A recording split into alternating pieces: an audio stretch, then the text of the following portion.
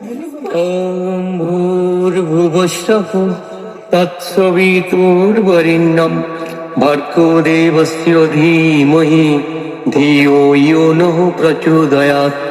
নমস্কার। সেবায়তনে উপস্থিত শ্রদ্ধেয় মহারাজগণ, সম্মানীয় অতিথিবৃন্দ, সেই সাথে আমার সম্মুখে উপস্থিত সকল বিবেকানন্দ প্রেমী অমৃতের সন্তান বৃন্দকে জানাই বিনম্র ভক্তি, শ্রদ্ধা, ভালোবাসা ও প্রণাম। আজ 10ই জানুয়ারি 2026, তিথি অনুযায়ী বীর সন্ন্যাসী স্বামী বিবেকানন্দের 163তম জন্ম জয়ন্তী। এই মহামানবের জন্মদিন ভারতবর্ষে যথার্থই জাতীয় যুব দিবস হিসাবে উদযাপিত হচ্ছে, কারণ তিনি ছিলেন যুব সমাজের প্রেরণার দীপশিখা, আত্মবিশ্বাসের অগ্নিস্ফুলিঙ্গ। ডানপিটে বিলে বাল্যকাল অতিক্রম করে নরেন্দ্রনাথ দত্ত দক্ষিণেশ্বরে শ্রী শ্রী রামকৃষ্ণ পরমহংসদেবের সান্নিধ্যে এসে উপলব্ধি করেন মানব জীবনের চরম সত্য।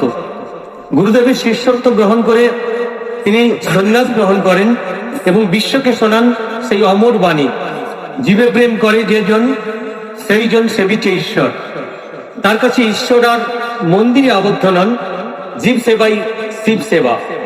1893 সালের শিকাগো ধর্ম মহাসভায় তার ঐতিহাসিক সম্বোধন my dear sisters and brothers of America এক মুহূর্তে সমগ্র আমেরিকাবাসীর হৃদয় জয় করেছিল। সেই সম্বোধনের মধ্যে ছিল না কোনো বিভাজন, ছিল না কোনো শ্রেষ্ঠত্বের অহংকার, ছিল বিশ্ব ভ্রাতৃত্বের ডাক, বসুধৈব কুটুম্বকম। এই বসুধার সবাই আমার আত্মার আত্মা, আত্মীয়। বেদ, উপনিষদ ও গীতার অনুপ্রেরণায় অনুপ্রাণিত হয়ে তার ধর্মবাণী বিশ্ববাসীর জ্ঞানচক্ষু উন্মোচন করেছিল এবং প্রমাণ করেছিল কুয়োর ব্যাং ও সমুদ্র ব্যাং গল্পের মধ্য দিয়ে যে সনাতন ধর্ম কোনো সংকীর্ণ ধর্ম নয়, বরং সব ধর্মের আধার, সব ধর্ম, বর্ণ ও জাতির আশ্রয়স্থল জননী স্বরূপা।